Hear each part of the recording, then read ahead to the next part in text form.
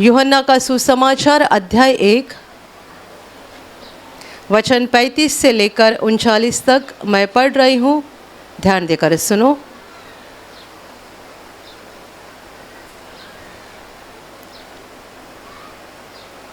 दूसरे दिन फिर यूहन्ना और उसके चेलों में से 2 जन खड़े हुए थे और उसने यीशु पर जो जा रहा था दृष्टि करके कहा, देखो यह परमेश्वर का मेमना है। तब वे दोनों चेले उसकी यह सुनकर यीशु के पीछे हो लिए। यीशु ने मुड़कर उनको पीछे आते देखा और उनसे कहा, तुम किसकी खोज में हो? उन्होंने उससे कहा, हे रब्बी अर्थात हे गुरु, तू कहाँ रहता है? उसने उनसे कहा, चलो तो देख लोगे। तब उन्होंने जाकर उसके रहने का स्थान देखा और उस दिन उसके साथ रहे। यह 10वें घंटे के लगभग था। Hallelujah, hallelujah, hallelujah, hallelujah, hallelujah. मेरे प्यारे भाइयों और बहनों, हमने अभी पढ़ा दूसरे दिन, यानी जब प्रभु यीशु ने बपतिस्मा करने वाले यूहन्ना के हाथ से बपतिस्मा लिया था, उसके दूसरे दिन बपतिस्मा करने वाला यूहन्ना और उसके चेलों में से 2 जन खड़े थे और उन्होंने वहाँ से यीशु को जाते हुए देखा। यीशु उनके सामने से गुजर रहा था। तब बपतिस्मा करने वाले यूहन्ना ने उसकी ओर दृष्टि करके कहा, देखो यह परमेश्वर का मेमना है। उसके बात सुनकर जो 2 चेले वहाँ पर खड़े थे वो तुरंत यीशु के पीछे जाने लगे। यीशु ने मुड़कर उनको अपने पीछे आते हुए देखा और उन्हें ये पूछा, तुम किसकी खोज में हो? क्या खोज रहे हो? तब उन दोनों ने जवाब दिया, हे रब्बी अर्थात हे गुरु, तू कहाँ रहता है? यीशु ने कहा, चलकर देख लेना। वे दोनों प्रभु यीशु के पीछे गए और लिखा है कि उन्होंने यीशु के रहने का स्थान देखा और उस दिन वे यीशु के साथ रहे। Hallelujah, hallelujah, hallelujah. अभी ये कहानी यहीं पर ख़त्म नहीं हुई, आगे बहुत लंबी कहानी है। इन 2 में से एक था अंद्रियास, जो आगे जाके 12 चेलों में से एक चेला बन गया, और उसी का भाई था पतरस, जो यीशु का प्रमुख चेला बन गया। अंद्रियास जब यीशु के पीछे हो लिया और उसने यीशु के रहने का स्थान देखा और उसने यीशु के साथ कुछ समय बिताया, तब पीछे लौटकर उसने अपने सगे भाई को यानी पतरस को कहा कि मसीहा अर्थात परमेश्वर का पुत्र जो संसार में आने वाला था वो आ गया है, हमें मिल गया है। पतरस भी उसके साथ यीशु को देखने के लिए आ गया। पतरस की यीशु के साथ पहली बार मुलाकात हो गई और तभी यीशु ने उससे कहा, तू केफा है। प्रभु ने उसका नाम बदल कर केफा नाम रख दिया, यानी पत्थर। और यहीं पतरस आगे जाकर प्रभु यीशु का प्रमुख चेला बन गया। Hallelujah, hallelujah, hallelujah. इसकी शुरुआत हमें बहुत साधारण दिखाई देती है। यूहन्ना बपतिस्मा देने वाला, उसका काम ही ये था कि पानी में खड़े होकर जितने सारे लोग आएंगे, अपने अपने पापों का पश्चाताप करेंगे, मन फिराएंगे, उन सबों को पानी में डुबाकर पानी का बपतिस्मा देना, क्योंकि परमेश्वर ने उसको इसीलिए भेजा था। परमेश्वर का पुत्र मसीहा संसार में आने जा रहा था और उसके आने से पहले मनुष्यों की तैयारी करने के लिए अर्थात लोगों के दिल को तैयार करने के लिए परमेश्वर ने इसे भेजा था। इसे बपतिस्मा करने वाला यूहन्ना कहा गया क्योंकि दिन रात वो वही काम किया करता था।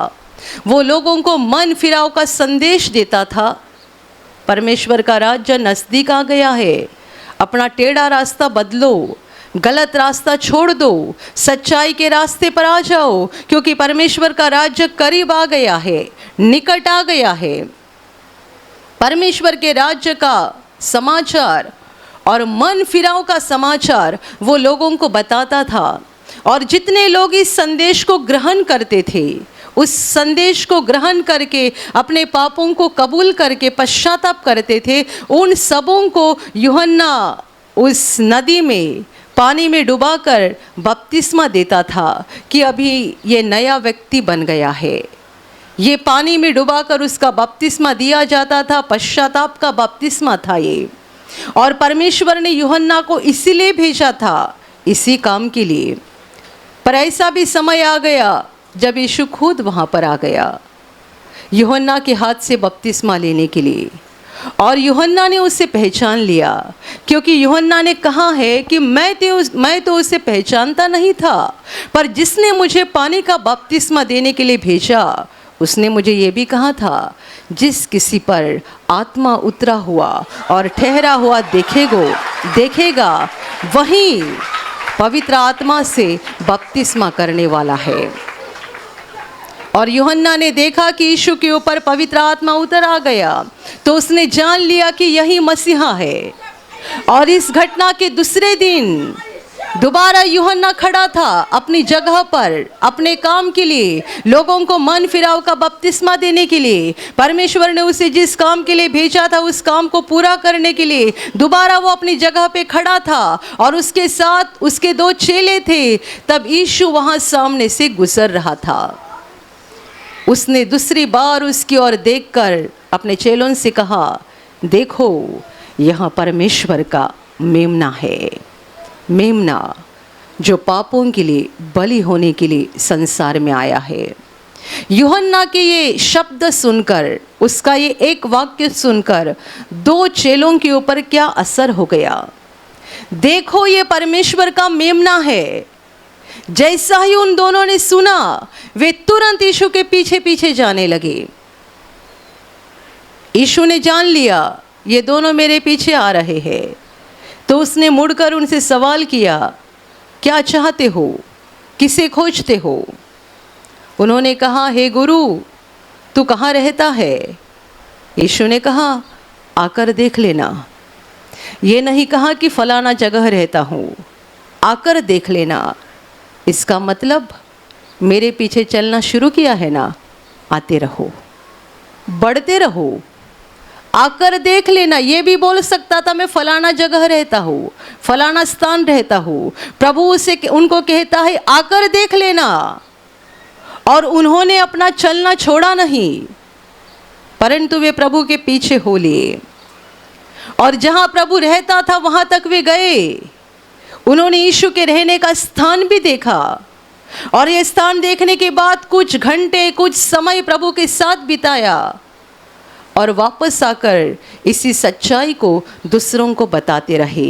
इन 2 में से एक था पतरस का भाई।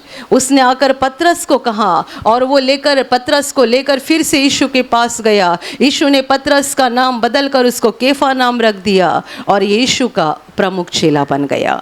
Hallelujah, hallelujah, hallelujah. आप जानते हैं बाइबल में कोई भी घटना यूं ही नहीं लिखी गई है।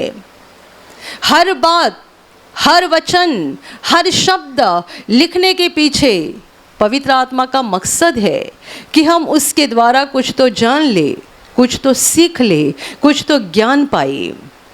ये घटना दिखने में बहुत साधारण दिखती है, पर ये असाधारण घटना है। साधारण लगने वाली बात असाधारण बात में बदल गई। जब इन्होंने यूहन्ना से सुना, देखो ये परमेश्वर का मेमना है, इस एक वाक्य को सुनकर वे तुरंत यीशु के पीछे जाने लगे। वे क्या जानना चाहते थे? ये परमेश्वर का मेमना है, इसका मतलब ये परमेश्वर का पुत्र है, मसीहा है, तो हमें इसके पीछे हो लेना चाहिए।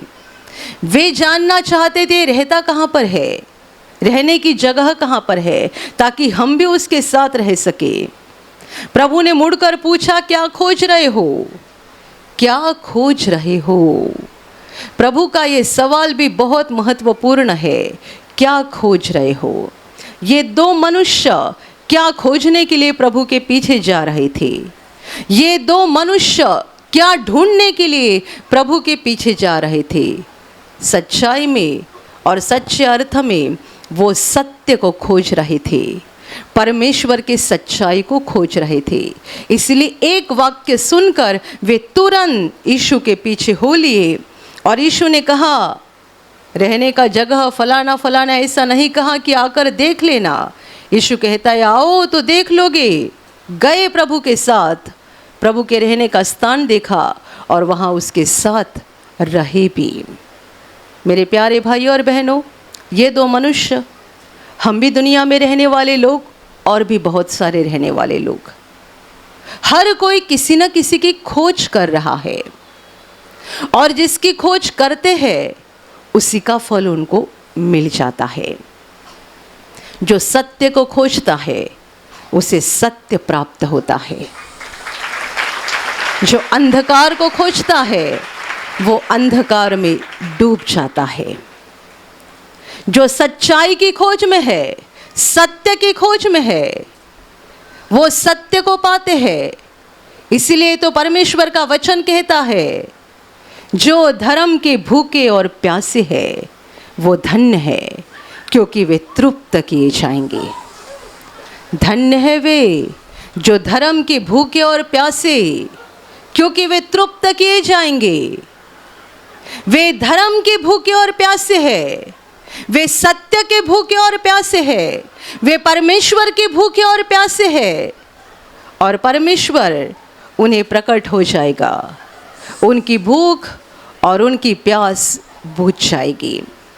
मेरे प्यारे भाई और बहनों, दुनिया में ऐसे थोड़े लोग हैं जो सत्य को खोज रहे हैं, जो सच्चाई को खोज रहे हैं, जो अपने जीवनदाता को ढूंढ रहे हैं, जो अपने सृष्टिकर्ता को खोज रहे हैं, जो अपने जीवन के सच्चाई को खोज रहे हैं।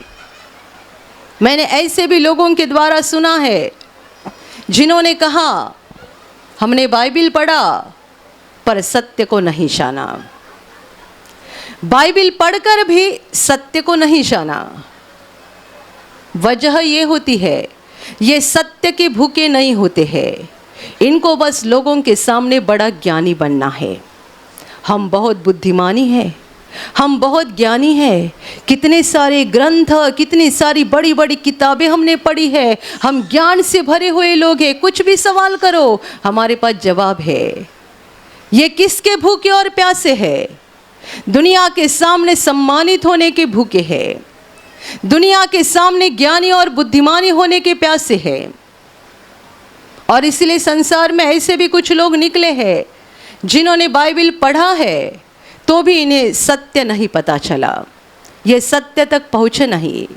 पर ऐसे लोग हैं जो बाइबिल को इसलिए उठाते हैं कि इसके द्वारा मैं सत्य को प्राप्त करूं, इसके द्वारा मैं सच्चाई को पाऊं, इसके द्वारा मैं परमेश्वर को पाऊं। जिन्होंने इस हेतु से बाइबिल को उठाया है और बाइबिल के वचनों को पढ़ा है, उन सबों ने सत्य को पाया है। क्योंकि वचन कहता है, जितने सारे लोग धर्म के भूखे और प्यासे हैं, उन सबों को परमेश्वर तृप्त कर देता है। Hallelujah, hallelujah, hallelujah. हम सत्य के खोज में है ऐसा बताने वाले दुनिया में लोग बहुत हैं, पर वास्तविकता में वे सत्य के खोज में नहीं रहते हैं। वे दुनिया में मान सम्मान पाना चाहते हैं। कई लोग दुनिया में अमीर बनना चाहते हैं। किसके खोज में हो? पैसे के खोज में। किसके खोज में हो? संपत्ति के खोज में। किसके खोज में हो? दुनिया में बड़ा बनना है। किसकी खोज में हो? दुनिया में कुछ तो बड़ा नाम बनाना है। क्या खोज रहे हो? क्या चाहते हो? ये दो मनुष्य क्या खोज रहे थे? यूहन्ना ने कहा, देखो यह परमेश्वर का मेमना है। आप में ऐसे बहुत लोग हैं जिन्होंने किसी के द्वारा थोड़ा सुसमाचार सुना और तुरंत प्रभु के चरणों के पास आ गए। और ऐसे भी बहुत लोगों को आपने अनुभव किया होगा कि आप उनको ढेर सारी बातें बताते हैं तो भी मानते नहीं है, विश्वास करते नहीं है। Hallelujah, hallelujah, hallelujah. यहाँ पर एक बहन बैठी है, उनकी गवाही ऐसी है, जब वे प्रभु के पास आ गए उसके पहले जिंदगी दुख से भरी हुई थी। उनको किसी ने सुसमाचार सुनाया नहीं, परंतु उनके पड़ोसी को कोई व्यक्ति सुसमाचार सुना रहे थे, तब उन्होंने दूर से सुना। मेरा बहन हाथ ऊपर करना, ये वो बहन है। आप बाद में उनको पूछ सकते हैं। इनको किसी ने सुसमाचार नहीं सुना, अभी उनको देखते ही मुझे उनकी गवाही याद आ गई। इनको किसी ने डायरेक्ट सुसमाचार नहीं सुनाया, उनका जीवन दुख से, अंधकार से भरा हुआ था। किसी पड़ोसी को कोई और पराई व्यक्ति सुसमाचार सुना रही थी और प्रार्थना केंद्र की जानकारी दे रही थी।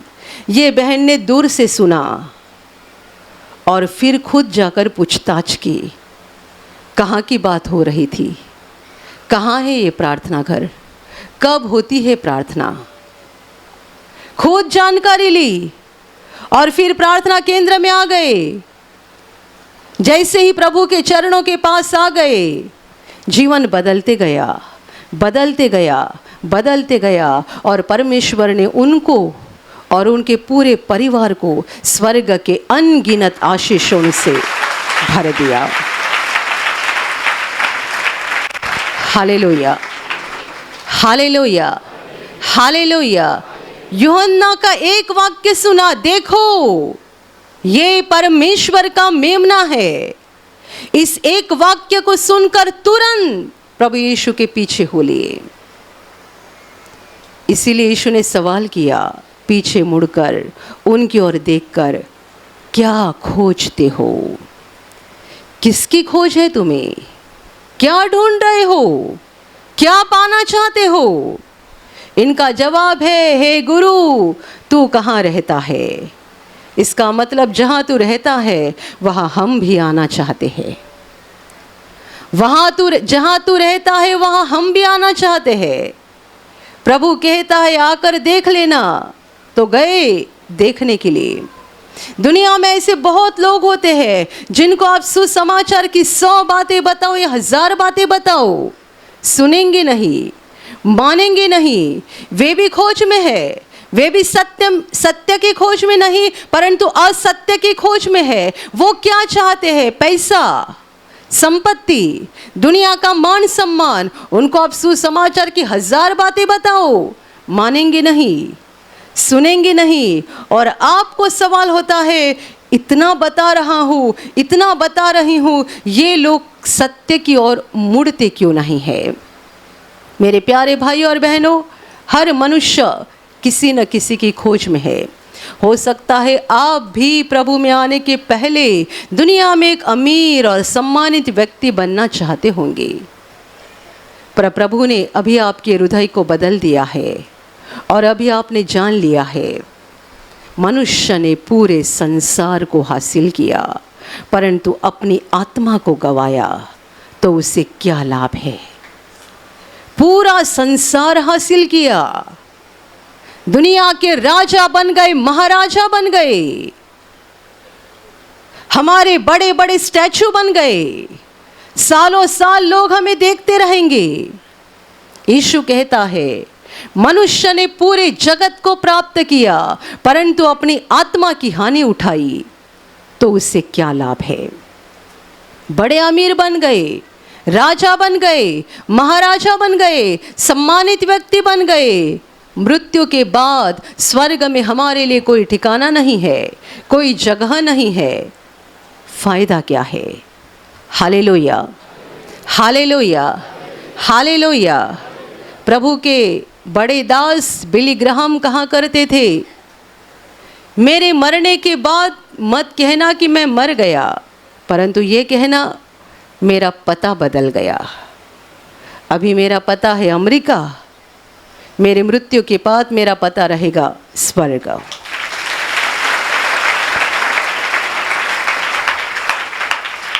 ये बोलने की हिम्मत है, ये बोलने की ताकत है। मत बोलो कि मैं मर गया, मरने के बाद मेरा बस पता बदल देना। अब तक मैं अमेरिका का रहवासी था, जब मेरा शारीरिक मृत्यु हो जाएगा मैं स्वर्ग का रहवासी बनूंगा, अनंत जीवन में प्रवेश हो जाएगा। क्या चाहते हो? दुनिया में अमीर बनना चाहते हो, सम्मानित बनना चाहते हो, बड़ी व्यक्ति बनना चाहते हो, या सत्य को खोजकर सच्चाई को पाकर परमेश्वर को प्राप्त करना चाहते हो? पैसा और परमेश्वर, दुनिया का मान सम्मान और परमेश्वर, दोनों बातें एक साथ नहीं प्राप्त होती है। प्रभु यीशु ने खुद भी कहा है कि कोई मनुष्य दो स्वामियों की सेवा नहीं कर सकता है। तुम पैसा, धन और परमेश्वर दोनों की सेवा एक साथ नहीं कर सकते हो। Hallelujah, hallelujah, hallelujah. हमारे पास पैसा रहे, संपत्ति रहे, जायदाद रहे, पर ये सारी बातें इसीलिए रहे कि हम इसका इस्तेमाल परमेश्वर की महिमा के लिए करें, परमेश्वर की इच्छा के अनुसार करें। आप में कोई भाई या बहन ऐसे है, आप आज आपकी 4 व्हीलर लेकर यहाँ प्रार्थना में आए हैं। शायद पति पत्नी होंगे, पति गाड़ी चला रहा है, पत्नी बाजू में बैठी हुई है, पीछे 3 सीट खाली है। आप जब यहाँ से होकर जाओगे, आप बहुत लोगों को खड़ा देखोगे। प्रार्थना के बहुत सारे भाई बहन खड़े रहते हैं, रिक्शा के लिए, बस के लिए या और कोई गाड़ी के लिए इंतज़ार करते हैं। क्या आपके पीछे जो 3 सीट खाली है, उनमें आप 3 भाई बहनों को बिठाकर लेके जाते हैं, या लोग खड़े हैं और आप उनके सामने से यूं ही निकल पड़ते हैं? अपने आप को सवाल करो, आप क्या करते हैं? लोग खड़े हैं, आपके गाड़ी में जगह है, आप बिना किसी को अंदर लिए यूं ही निकल जाते हैं। आपके पास गाड़ी रहे, 4 व्हीलर रहे, अच्छी भारी गाड़ी रहे, ये परमेश्वर की इच्छा है। परमेश्वर आपको आशीष देना चाहता है, पर उन सारी बातों का इस्तेमाल हमें परमेश्वर की महिमा के लिए करना है, परमेश्वर की इच्छा के अनुसार करना है। Hallelujah, hallelujah, hallelujah, hallelujah. मैंने ऐसे भी लोगों को देखा है कि प्रार्थना में आने से पहले उनके पास साइकिल तक नहीं थी, प्रार्थना में आने के बाद 4 व्हीलर हो गई, तो फिर गेट पर से जाते समय अपने गाड़ी की कांच बंद करते हैं। वॉलंटियर्स भाई वहाँ खड़े रहते हैं ना, उनको जय यीशु करने के लिए भी उनको ठीक नहीं लगता है। अभी बड़े बन गए ना, और इनके गाड़ी में एसी भी चालू रहता है, तो खिड़की खुली रहेगी तो बाहर की हवा आ जाएगी। अपने विश्वासी भाई वहाँ खड़े हैं, उनको जय यीशु करने के लिए उतना खिड़की नीचे रखना, इतनी भी उनमें धन्यवादी बनने की प्रवृत्ति नहीं है। ये मैं आपको कोई रची हुई बात नहीं बोल रही हूँ, ये सत्य बात है। गेट पर जो भाई बहन खड़े थे उन्होंने हमको बताया, ऐसा भाई जो प्रार्थना में आने से पहले उसके पास साइकिल तक नहीं थी, प्रभु ने उसको इतना आशीष दिया कि मोटरसाइकिल आ गई, उसके बाद 4 व्हीलर आ गई, और फिर उसके बाद दूसरी कार आ गई, एसी कार। और जब ही गेट पर से जा रहे थे, वॉलंटियर्स के पहले ही उन्होंने गाड़ी की कांच को बंद कर दिया और तुरंत वहाँ से भाग गए। अभी भाग सकते हो, प्रभु के सामने से कैसे भागोगे? Hallelujah, hallelujah, hallelujah. आप में ऐसे कोई भाई बहन यहाँ बैठे होंगे, या आज यूट्यूब पर भी जो लोग सुन रहे हैं, आप किसके लिए सुन रहे हैं? ये वचन सुनने के पीछे आपका मकसद क्या है? यहाँ प्रार्थना में बैठने के पीछे आपका मकसद क्या है? आप इतने दूर से यहाँ क्यों आए हो? क्यों अपने समय को व्यतीत करके आप प्रभु के सामने बैठे हो? आप सत्य के खोजी हो, आप परमेश्वर को पाना चाहते हो, या कार पाना चाहते हो, या तनख्वाह बढ़ाना चाहते हो, या शादी अच्छी हो जाए इसके लिए यहाँ आए हो, या आपको घर मिल जाए, नौकरी मिल जाए, जमीन मिल जाए, आप किस हेतु से आए हो, किस उद्देश्य से आए हो?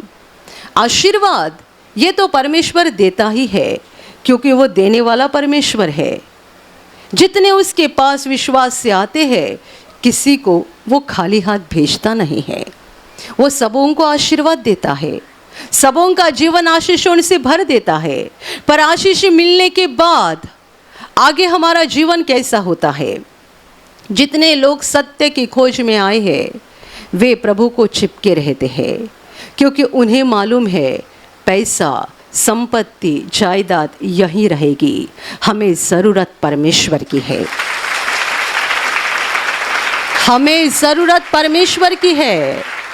हमें आज उसकी ज़रूरत है, कल उसकी ज़रूरत है, मरते दम तक उसकी ज़रूरत है, और मरने के बाद भी उसी की ज़रूरत है। यीशु ने कहा था कि जो कोई उस पर विश्वास करता है, उसे अंतिम दिन वो जिला उठाएगा। यानी यीशु वो हमें उठाएगा। मृत्यु, मर गए हुए व्यक्ति को फिर से जिंदा होने की आशा कहाँ है, उम्मीद कहाँ पर है? यीशु ने कहा है मैं उसे जिला उठाऊंगा, वो उठाएगा। इसलिए मैंने कहा हमें मरते दम तक परमेश्वर की ज़रूरत है, और मृत्यु के बाद भी उसी की ज़रूरत है। Hallelujah, hallelujah, hallelujah. गए हजारों सालों में विज्ञान की तरक्की बहुत हो गई है, पर एक बात अब तक नहीं हुई है, मरे हुए आदमी के द्वारा किसी को ईमेल नहीं आया है। जो व्यक्ति मर गया, कहाँ गया कोई नहीं जानता है।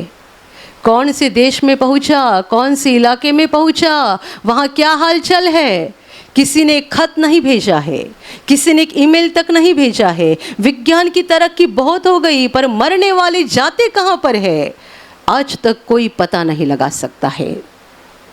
और दुनिया के अंत तक ये तरक्की कभी नहीं हो जाएगी। Hallelujah, hallelujah, hallelujah. जो स्वर्ग से उतरा है और वापस स्वर्ग में गया, उसी ने हमें स्वर्ग के बारे में और अनंत जीवन के बारे में बताया। हम सारे धरती के रहने वाले लोग हैं, मृत्यु के बाद का हमें कुछ पता नहीं है। प्रभु यीशु जो स्वर्ग से आया था, उसी ने हमें अनंत जीवन की आशा दी है। Hallelujah, hallelujah, hallelujah, hallelujah. मेरे प्यारे भाई और बहनों, दुनिया की बातों में मगन मत हो जाओ, और पैसा, संपत्ति, सम्मान, ऐसी असत्य और झूठी और अंधकार की बातों के पीछे मत पड़े रहो। सत्य को खोजो, परमेश्वर को खोजो। यीशु ने कहा है तुम पहले उसकी धार्मिकता और उसके राज्य की खोज करो। परमेश्वर की धार्मिकता, परमेश्वर के राज्य, इसके खोजी बन जाओ। हमें परमेश्वर प्राप्त हो जाए, हमारे जीवन में परमेश्वर का प्रवेश हो जाए, हमारा जीवन परमेश्वर की रोशनी से भर जाए। परमेश्वर को हासिल करने के पीछे पड़ो। और ये चीज़ 1-3 घंटे की प्रार्थना सभा में नहीं होती है, 1 महीने में नहीं होती है, 1 साल में नहीं होती है। हर दिन हमें परमेश्वर के नज़दीक जाना पड़ता है, हर दिन हमें उसे पुकारना पड़ता है, हर दिन हमें उसे खोजना पड़ता है। Hallelujah, hallelujah, hallelujah. कभी कभी हमारे जीवन में ऐसा समय आता है, हमें लगता है हम परमेश्वर के बहुत करीब है, बहुत करीब है। हम हंसते हैं, नाचते हैं, गाना गाते, भजन गाते, स्तुति करते हैं। बीच में कभी समय ऐसा भी होता है, लगता है सब सूख गया है, सब सूख गया है, अंदर से कोई इच्छा नहीं हो रही है, लगता है परमेश्वर मुझसे दूर गया है। ये क्या हालत है? हम धरती पर रहने वाले लोग हैं, हम शारीरिक मनुष्य हैं, हमारी शारीरिक हालत के कारण हम हमेशा परमेश्वर से दूर होते जाते हैं और इसीलिए हमें ज़रूरी है कि हर दिन हम परमेश्वर को खोजें, हर दिन प्रार्थना करें, हर दिन परमेश्वर के वचनों को पढ़ें और हर दिन उसको खोजते रहे, उसको पाने की कोशिश करते रहे। हालेलुया। एक पाप मैं नहीं करूँगा ऐसा फैसला किया, 4 दिन तक हम उस फैसले पर बने रहे, 5वें दिन वो पाप कर देते हैं। किसी की निंदा नहीं करूँगा, बुरा नहीं बोलूँगा, 1 दिन, 2 दिन, 4 दिन, 5वें दिन अपने आप ज़बान हिलने लगती है और निंदा शुरू हो जाती है। हम पापी इंसान हैं, बार बार शैतान हमें पाप में गिराने की कोशिश करता है। हमें ज़रूरी है हम सत्य को खोजते रहे, हर दिन प्रार्थना करते जाओ, वचनों को पढ़ते जाओ, परमेश्वर के करीब होते जाओ। और जितने सारे लोगों का मकसद यही है, प्रार्थना में आने का मकसद ये है कि आप अमीर बन जाए, आपकी परिस्थिति बदल जाए, आपको बहुत आशीष मिल जाए। मैं आपको आज बता रही हूँ, अपने जीवन का मकसद बदल दो, वरना आप खतरे की हालत में पहुँच जाओगे। मकसद बदल दो, परमेश्वर आपकी परिस्थिति बदलेगा, वो आपको आशीषित करेगा, वो आपको चंगा करेगा, वो आपके जीवन की हर घटी को दूर करेगा। पर यह आपके जीवन का मकसद नहीं होना चाहिए। मकसद ये होना चाहिए, मुझे उसे प्राप्त करना है, परमेश्वर को हासिल करना है। Hallelujah, hallelujah, hallelujah. और अभी प्रार्थना करने का समय है। आप विश्वास करो कि एक पल में प्रभु यीशु आपको छूकर चंगाई देगा, एक पल में वो आपके जीवन का दुख निकाल देगा और आपके आंसुओं को खुशी में बदल देगा, क्योंकि उसके लिए असंभव कुछ नहीं है, अनहोनी बात एक भी नहीं है। प्रभु यीशु आज भी जिंदा है। 2000 वर्ष पहले वो शरीर रूप में धरती पर था, आज शरीर रूप में नहीं बल्कि आत्मा के रूप में है। और दुनिया के कोने कोने में जहाँ जहाँ लोग विश्वास के साथ उसको पुकारते हैं, उसके पास प्रार्थना करते हैं, उन सबों की पुकार को प्रभु सुनता है, उन्हें चंगा करता है, उनके आंसुओं को पोंछ देता है और उनके जीवन को खुशी से भर देता है। आप भी इसी विश्वास के साथ आपके बीमार भाग पर हाथ रखो, और यदि वहाँ हाथ नहीं रख सकते हैं तो अपने सीने पर हाथ रखो। प्रभु यीशु के नाम से इसी क्षण आपके शरीर की सारी बीमारियां निकल जाए। यीशु के नाम से आपके जीवन का सारा दुख निकल जाए। शैतान का हर एक काम आपके जीवन से और आपके परिवार से पूरी तरह से नष्ट हो जाए। यीशु के नाम से, प्रभु यीशु के नाम से शैतान का सारा काम आपके जीवन से नष्ट हो जाए। सारी दुष्ट आत्माओं को प्रभु यीशु के नाम से मैं आज्ञा दे रही हूँ, इसी क्षण इन्हें छोड़कर निकल जाओ और वापस उनमें नहीं आना। इसी क्षण प्रभु का महान सामर्थ आपके ऊपर आ जाए, प्रभु का महान सामर्थ आपके ऊपर आ जाए, प्रभु का महान सामर्थ आपके ऊपर आ जाए। इसी घड़ी पवित्र आत्मा की खुशी आपके दिल में आ जाए, पवित्र आत्मा की शांति आपके दिल में आ जाए और आपका जीवन स्वर्ग की रोशनी से भर जाए। आमीन।